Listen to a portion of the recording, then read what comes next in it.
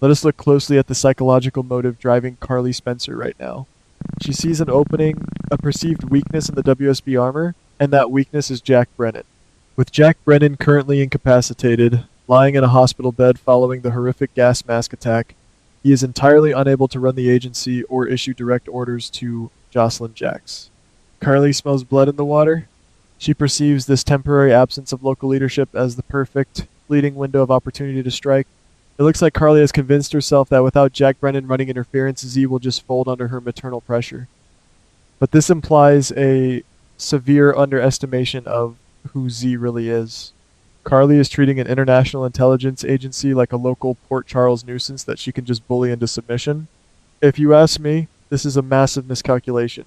By physically assaulting the head of the WSB, Carly is not just burning a bridge, she is dropping a nuclear bomb on it. She is taking a delicate, highly volatile situation and pouring gasoline all over it, completely blinded by her own desperation to save her child. Now, this is where the dynamic shifts from a solo crusade to a bitter family civil war. Carly, likely seeking validation for her extreme actions, seemingly takes this entire mess straight to Sonny Corinthos. She probably expects Sonny to applaud her fierce maternal instincts, or at least back her up with his own brand of intimidation. But Sonny Corinthos is not a frantic mother. He is a seasoned mob boss who has survived decades by knowing exactly when to strike and when to stay in the shadows. When Sonny hears that Carly has openly and violently provoked the head of the WSB, he instantly recognizes the catastrophic error she has made. From his perspective, Carly has just painted a massive, glowing bullseye squarely on Jocelyn Jax's back. Sonny understands that you do not taunt a global intelligence network unless you are fully prepared for the unforeseen fallout. He sees Carly's actions not as bravery, but as a reckless endangerment of their daughter's life, and he is not afraid to tell her exactly that. The confrontation between Carly Spencer and Sonny Corinthos over this tactical disaster is inevitable and completely explosive. Sonny, operating on pure survival logic, likely points out that Carly's extreme reaction is only going to provoke the WSB into tightening their grip on Jocelyn Jacks. He knows that an agency like that does not respond well to threats from civilians, no matter how loud they yell or how hard they hit. But Carly is in no state to absorb rational advice. Her maternal panic has reached a fever pitch, and any contradiction feels like a massive betrayal. When Sonny attempts to pump the brakes on her crusade, the shattered trust between them comes to the forefront. The tension hints at a physical escalation, and if Carly actually slaps Sonny Corinthos in the heat of this argument, it signifies a complete breakdown of their partnership. That slap is not just about anger, it is the physical manifestation of a mother's absolute terror and her frustration that the one man who usually matches her intensity is telling her to stand down. So, where does this leave our characters in this incredibly dangerous stalemate? We have to look at the diverging paths this storyline could take moving forward. Let us consider Scenario A. In Scenario A, it looks like Carly Spencer's public, violent meltdown plays exactly into the hands of Z. Could it be that Z actually wanted Carly to lose control? By allowing Carly to act like an unhinged, irrational liability, Z gains the ultimate psychological leverage over Jocelyn Jacks. This implies that the WSB could sit Jocelyn down and use her mother's erratic behavior as undeniable proof that her civilian life is too chaotic, too dangerous, and too unstable to return to. They could easily manipulate Jocelyn into believing that the only place she is truly safe, and the only place her family is safe from her enemies, is deep within the protective, structured fold of the WSB. In this scenario, Carly's desperate attempt to pull her daughter out of the spy game is the exact mechanism that pushes Jocelyn permanently into it. Carly becomes her own worst enemy, and her psychological motive to protect her child becomes the very tool the WSB uses to alienate her. On the other hand, we have to analyze the silent threat brewing in the background, which brings us to Scenario B. After the explosive argument and the slap, Sonny Corinthos appears to step back. He stops arguing with Carly Spencer. He lets her scream. He lets her fight her loud, messy war, but he removes himself from the verbal crossfire. But, guys, if you know anything about Sonny Corinthos, you know that his silence is far more dangerous than his shouting. This implies that Sonny has decided Carly is too emotionally compromised to be a reliable partner in this extraction mission. Instead of trying to control Carly, Sonny pivots to his own area of expertise. Could it be that Sonny is secretly deploying his entire underworld network to shadow Jocelyn Jacks? This would be a highly calculated move.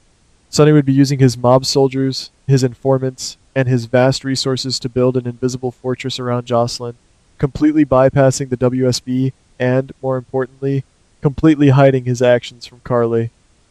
The contrast between these two approaches is a fascinating study in character psychology and survival tactics. Carly Spencer is fighting a loud, visible, and highly emotional war. She wants the world to know she is taking a stand. She wants to look Z in the eye and force him to back down through sheer willpower and physical aggression. But her strategy is built entirely on panic and a lack of foresight. Sonny Corinthos, conversely, is operating with a chilling, detached precision. He knows that in a war against an invisible enemy like the WSB, you do not stand in the town square and scream. You disappear into the shadows. Sonny's ulterior motive is to ensure Jocelyn's survival without triggering a massive gang versus spy agency war on the streets of Port Charles.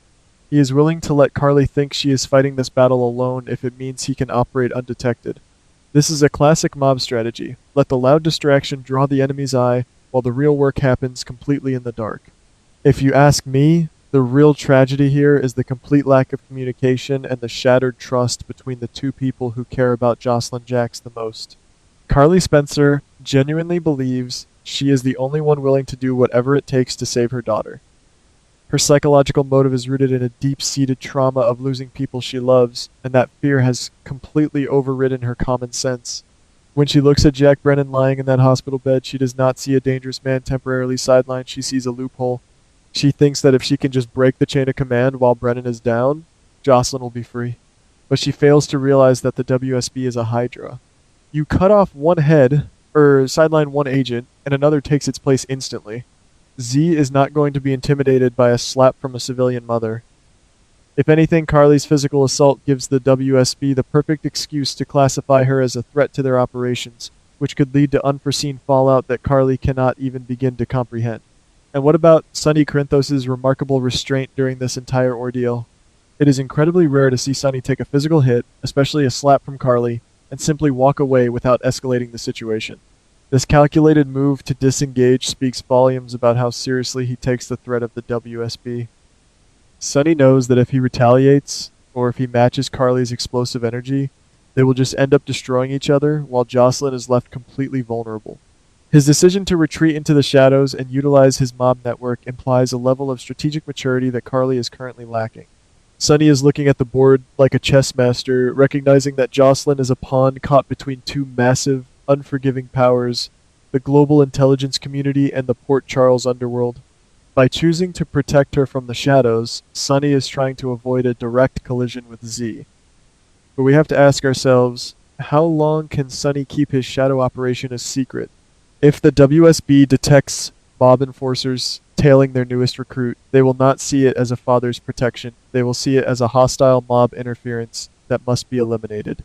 We also must consider how Jocelyn Jacks will react when the dust settles and she discovers the sheer magnitude of the chaos her parents have unleashed in her name. Jocelyn is an adult, a capable young woman who has already impressed Z with her skills and brokered massive deals for the freedom of others. How is she going to feel when she learns that her mother marched into a government facility and assaulted her superior? It will be profoundly humiliating and professionally damaging. Furthermore, if Jocelyn uncovers Sonny Corinthos' shadow network, she will feel completely suffocated. She is trying to navigate a highly dangerous, complex new world, and instead of support, she is getting a mother who treats her like a helpless child and a mobster father who treats her like a piece of territory to be guarded. The unforeseen fallout of Carly and Sonny's actions might not be Jocelyn getting hurt by the WSB. It might be Jocelyn completely cutting ties with her family because their brand of protection is far more toxic than the dangers of the spy agency itself. Let us dig deeper into the potential retaliation from Z. You do not simply slap the head of the WSB and walk out the front door without severe consequences. Z is a man who operates on power, control, and absolute leverage. Carly Spencer's outburst just handed him a massive piece of leverage on a silver platter. It looks like Z could easily press charges, have Carly arrested for assaulting an international agent, and use her freedom as a bargaining chip to force Jocelyn Jacks into taking on darker, more dangerous assignments. The WSB could easily tell Jocelyn that if she wants her mother to stay out of a federal penitentiary, she will do exactly what they say. This is the kind of ruthless calculated move the WSB is known for. Carly thinks she is fighting for her daughter's freedom, but she might have just handed Z the exact chains he needs to bind Jocelyn to the agency forever. And we absolutely cannot forget the looming presence of Jack Brennan in all of this. Yes, he is currently incapacitated, but Brennan is a master manipulator who has always had a highly complicated dynamic with Carly Spencer. When Brennan eventually recovers and learns that Carly used his near-death experience as an opportunity to assault his boss, how will he react? Will he admire her fierce tenacity, or will he see her as an unpredictable liability that needs to be permanently neutralized? Brennan has always tried to keep a delicate balance between his personal affection for Carly and his strict loyalty to the WSB. Carly's unhinged actions threaten to destroy that balance completely. If Brennan is forced to choose between protecting Carly from Z and maintaining his own standing within the intelligence agency, Carly might find herself entirely without allies in the spy world. The core of this entire storyline is a fascinating study in the illusion of control. Carly Spencer operates under the illusion that her emotional intensity and her sheer force of will can bend global organizations to her demands. Sonny Corinthos operates under the illusion that his local mob power and his shadow networks can outmaneuver an international spy agency. Both of them are desperately trying to assert control over a situation that has already slipped completely through their fingers. The reality is that Jocelyn Jax is in the WSB now. The ink is dry, and the die is cast. No amount of screaming, slapping, or shadowtailing is going to undo that fact. The more Carly and Sonny thrash against the current, the more they risk drowning their daughter in the process, making her a target for enemies on all sides. If you ask me, this entire situation is a ticking time bomb built on shattered trust and emotional blindness. Carly Spencer's refusal to listen to reason, coupled with Sonny Corinthos' decision to operate in secret, guarantees that when this situation finally explodes, the collateral damage will be devastating. We are watching a mother's love curdle into a dangerous obsession, and a mob boss's protective instincts mutate into a silent, suffocating trap. The WSB is not an entity you can fight with raw emotion, and it is not an entity you can easily outsmart in the shadows. As we move forward, I highly suspect that Carly's violent confrontation with Z will be the catalyst for a much darker chapter in Jocelyn's life. The parents who are trying so desperately to save her might just be the ones who push her past the point of no return. We will have to wait and see if Jocelyn can survive the WSB, but more importantly, we will have to see if she can survive her own family.